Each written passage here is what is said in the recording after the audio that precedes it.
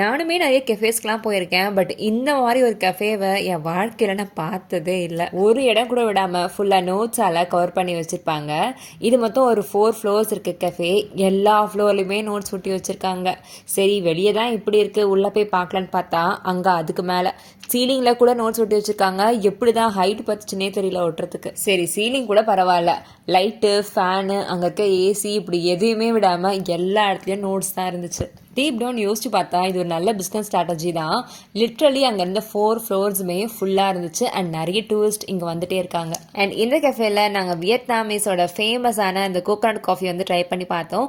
Taste கொஞ்சம் டிஃப்ரெண்ட்டாக தான் இருந்துச்சு. ஸோ இந்த நோட்ஸ் எல்லாம் எப்படி வந்துச்சுன்னு தெரியுமா? இங்கே இருக்க எல்லா டேபிள்லையும் அவங்க கொஞ்சம் நோட்ஸ் அண்ட் பென் வச்சுருப்பாங்க. ஸோ நம்மளோட தாட்ஸ் நம்ம எழுதி இங்கே எங்கேயாச்சும் வந்து பேஸ்ட் பண்ணிட்டு போகணும். ஸோ அந்த மாதிரி எத்தனை பேர் இந்த கெஃபேக்கு வந்திருந்தா இவ்வளோ நோட்ஸ் வந்திருக்கும்னு கொஞ்சம் யோசிச்சு பாருங்க.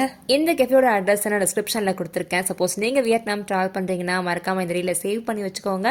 இல்லை உங்கள் ஃப்ரெண்ட்ஸ் அண்ட் ஃபேமிலி யாராவது ட்ராவல் பண்ணுறாங்கன்னா அவங்களுக்கு இந்த ரீலை ஷேர் பண்ணிடுங்க. Meet you next video. By.